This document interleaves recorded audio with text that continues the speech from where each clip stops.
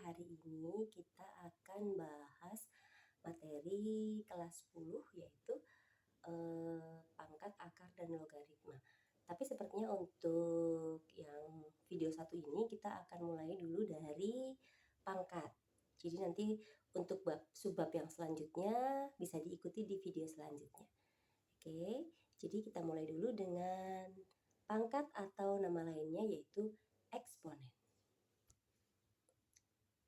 Eksponen itu apa sih? Gitu. Jadi eksponen itu misalkan ya, saya punya 5 pangkat 3, itu artinya 5 akan dikalikan dengan dirinya sendiri sebanyak 3 kali.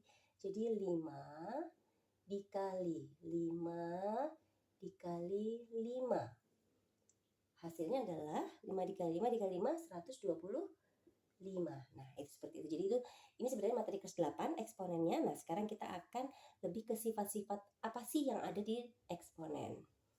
Oke, sebelumnya saya hapus dulu. Oke. Di kelas 10 ini kita akan mempelajari beberapa sifat eksponen, yaitu sifat yang pertama.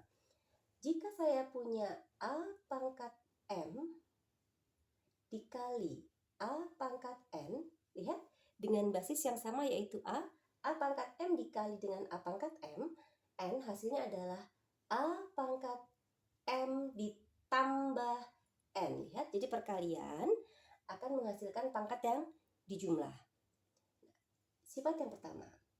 Sifat yang kedua, kalau dibagi. Jadi kalau saya punya A pangkat M dibagi dengan A pangkat N, boleh juga dibuat seperti ini. Jadi dalam bentuk per. A pangkat M per A pangkat N, ini artinya sama.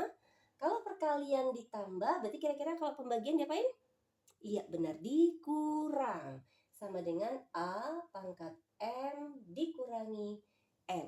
Itu sifat kedua. Kita akan punya sifat ketiga. Sifat ketiganya apa? Sifat ketiganya adalah jika saya punya A dikali B dipangkatkan M. Lihat, kalau digunakan pangkat pada kurung seperti ini, maka pangkat akan berlaku untuk dua-duanya. Jadi ini adalah A pangkat M dikali B pangkat M. Bisa dimengerti? Oke, kalau sifat selanjutnya, kalau tadi perkalian, lagi-lagi sama seperti di atas, sekarang saya punya pembagian. Kalau saya punya A per B dipangkatkan M, hasilnya maka pangkat ini akan menjadi milik bersama, yaitu A pangkat M dibagi B pangkat M.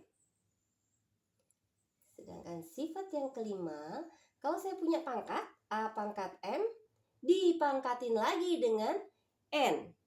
Jadi kalau ada bilangan berpangkat, dipangkatkan lagi, maka pangkatnya akan dikali, yaitu A pangkat M dikali N.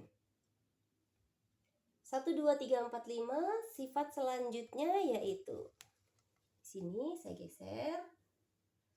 Jika kita punya A pangkat 1, maka dia akan menghasilkan dirinya sendiri, yaitu A.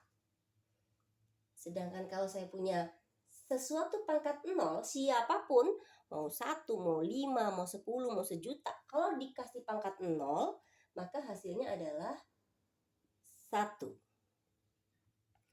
Nah, sekarang ini yang agak bikin sering salah nih, yaitu kalau kita bicara pangkat negatif atau pangkat pecahan.